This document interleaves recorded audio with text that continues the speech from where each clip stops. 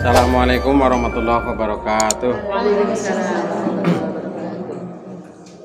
Alhamdulillah wa syukrulillah wa la hawla wa la quwata illa billah. Asyhadu an la ilaha illallah wahdahu la syarikalah wa asyhadu anna Muhammadan abduhu wa rasuluh. Rabbi shrah li sadri wa yassir li amri wa hlul min lisani yafqahu qawli. Qala Allah ta'ala fil Qur'anil Karim, a'udzu billahi minasyaitonir rajim. Wal yakhshal ladina law taraku min khalfihim dzurriyyatan dha'afa khafu 'alaihim falyattaqullah wal yaqulu qawlan sadida. Amma ba'du, yang terhormat Tua Dharma Wanita Kementerian Agama Kecamatan Majenang, Pak Haji Rusmo, Pak Pengawas, juga Ibu Siti Nur Hayati, Pengawas Bendais, serta ibu-ibu sekalian yang dirahmati Allah. Marilah pada kesempatan ini kita banyak-banyak bersyukur pada Allah Subhanahu wa taala. Apalagi dipertemukan di bumi Indonesia yang mungkin baru kita nginjak di sini. Ya, saya juga baru pertama ke sini, saya juga penasaran gitu ya, Pak Rusmo salah satu yang menjadi bahan perbincangan. Iya, ingatan saya PNS bisa nyambi bisnis, bisa nyambi liane. Ketika orang belum berpikir, beliau sudah berpikir. Ketika orang belum melakukan, beliau sudah melakukan. Ketika orang lain banyak yang belum sampai, beliau sudah mau pulang. Nah, yang lain belum punya Innova, beliau sudah. Yang lain belum S2, beliau sudah. Yang lain belum naik haji, beliau sudah pulang. Nah, ini. Jadi ini salah satu, ya, salah satu yang luar biasa ini. Mungkin bisa menjadi inspirasi bagi kita ya, anak didik kita, mungkin juga keluarga kita, bahkan mungkin anak keturunan kita. Kita bersyukur pada Allah Subhanahu wa taala. Kemudian kita tentunya senantiasa bersolawat kepada junjungan kita Nabi Muhammad sallallahu alaihi wasallam yang kita harapkan syafaatnya besok pada hari kiamat. Mudah-mudahan kita termasuk orang-orang yang mendapatkan syafaat besok pada hari kiamat. Amin ya rabbal alamin.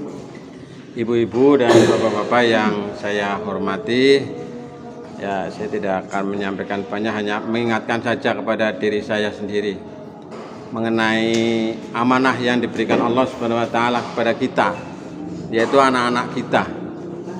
Jadi anak-anak itu adalah merupakan harta paling berharga bagi kita dibanding dengan yang lain. Sehingga ini harus kita jaga, harus kita rawat, harus kita benar-benar perhatikan.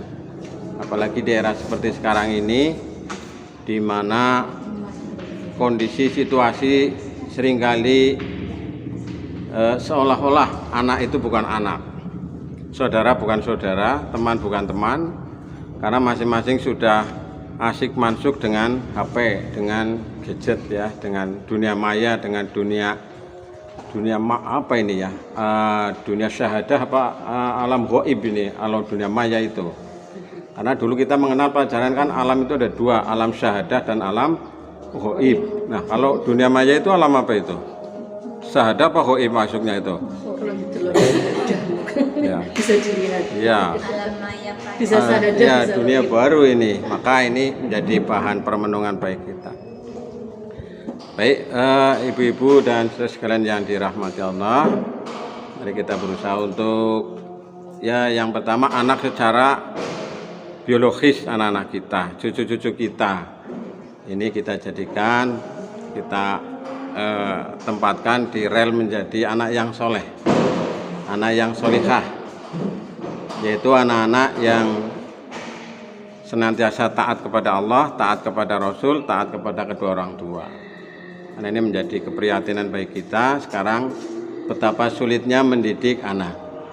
Ya mungkin kita belajar kepada teman-teman kita, kepada Bu Siti, kepada Ibu Sarif, kepada Pak Rusmo dan lain sebagainya yang bisa kita belajar tentang kesuksesan mendidik anak. Tapi yang paling sukses diantaranya adalah Luqman Al-Hakim di dalam Al-Quran. Kalau nabi-nabi kayak Nabi Ibrahim dan nabi yang diuji oleh Allah dengan ujian berat juga banyak. Diantaranya adalah Nabi Nuh, kemudian juga ada Nabi Nabi Adam dulu anaknya ada yang. Maka yang penting kita berusaha, ikhtiar. Ikhtiar untuk apa? Untuk mewujudkan generasi yang soleh. Maka ini kita yang berada di lingkungan Kementerian Agama ini menjadi salah satu pilar utama, ya, menjadi salah satu bagian utama mewujudkan generasi masa depan yang baik, yang kuat. Yang dalam bahasa Quran tadi saya menyampaikan surat An-Nisa ayat 9. Hendaklah takut seandainya meninggalkan di belakang kamu generasi yang lemah, yang khawatir terhadap kesejahteraan mereka. Maka bertakwalah kamu sekalian kepada Allah dan ucapkanlah kepada mereka ucapan-ucapan yang baik.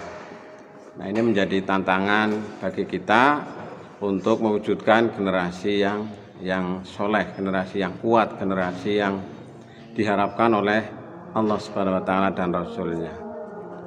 Kemudian anak dalam pengertian secara ideologis, yaitu kita mentransformasikan nilai-nilai Islam kepada anak-anak didik kita. Apalagi ini ibu-ibu mungkin yang di madrasah ataupun yang di RA gitu ya. Sekarang ini menjadi rujukan utama ya, menjadi rujukan utama untuk pembentukan ilmu, iman dan akhlak. Maka sekarang banyak sekolah-sekolah negeri itu yang seperti akhirnya mau tidak mau bernuansa pesantren, bernuansa madrasah, mau tidak mau. Karena kalau tidak demikian akan ditinggal oleh madrasah ini. Iya, sekarang hampir semua sekolah itu bernuansa madrasah gitu ya. Ada sholat duha, ada pembiasaan Asmaul Husna dan lain sebagainya. Nah, ini upaya. Jadi ini salah satu upaya bagi kita untuk mewujudkan generasi yang soleh, generasi yang kuat, generasi yang baik, di mana mungkin anak kita tidak banyak ya, tapi anak didik kita kan banyak. Sehingga ini nanti diharapkan anak kita secara biologis itu adalah memang sudah sunatullah atas kudrat iradat Allah, tapi secara ideologis kita masih punya banyak kesempatan untuk menanamkan nilai-nilai kebaikan ya. Makin banyak muridnya, makin banyak insya Allah amal solehnya, makin banyak anak didiknya, makin banyak yang mendoakannya, dan seterusnya dan seterusnya. Maka dari itu mari bersama-sama terus kita berusaha untuk mewujudkan generasi yang kuat, generasi yang soleh, generasi yang diharapkan untuk bisa menjawab tantangan di masa yang akan datang. Dan yang terakhir, mari kita juga di samping mewujudkan generasi yang soleh adalah kita tetap menjaga diri kita, tetap menjaga keluarga kita dari hal-hal yang tidak baik. Ya, istri-istri mengingatkan kepada suaminya, suami juga mengingatkan istri, saling mengingatkan. Watawasau bil haqqi watawasau bisawab. Saling mengingatkan di dalam barang hak dan saling mengingatkan dalam kesabaran. Yang itu semuanya adalah bermuara pada pesan Allah dalam surat At-Tahrim, "Qu anfusakum wa ahlikum." Nah, jagalah dirimu dan keluargamu dari siksa api neraka. Ya, kepripun caranya budidaya supaya keluarga kita terjaga dari yang demikian itu. Karena sekarang tantangan, hambatan, ujian, cobaan ini luar biasa berat. Tapi insya Allah kalau kita berusaha sungguh-sungguh, kemudian diimbangi dengan berdoa kepada Allah, bertawakal kepada Allah, insya Allah pada akhirnya kita bisa mewujudkan keluarga yang diidam-idamkan seperti didoakan dulu oleh para kesepuhan waktu panjenengan jadi pinanganten. Mugi-mugi dados keluarga ingkang sakinah, mawaddah, warahmah. Dados keluarga ingkang bahagia lahir batin dunia akhirat, baiti jannati. Nah, inilah sekedar mungkin ya mengingatkan kepada diri saya juga nasihati sama istri saya karena juga kebetulan hadir di sini ikut istri saya. Istrinya mana? Istrinya ya mana?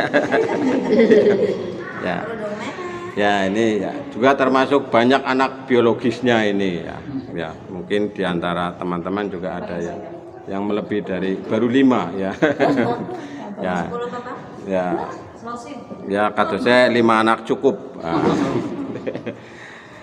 Terima kasih dan selamat bermusyawarah. Mudah-mudahan Allah Subhanahu wa taala memberkahi kita semuanya, meridhoi, dan ini menjadi amal soleh bagi Pak Haji Rusmo beserta keluarganya. Amin ya rabbal alamin. Assalamualaikum warahmatullahi wabarakatuh.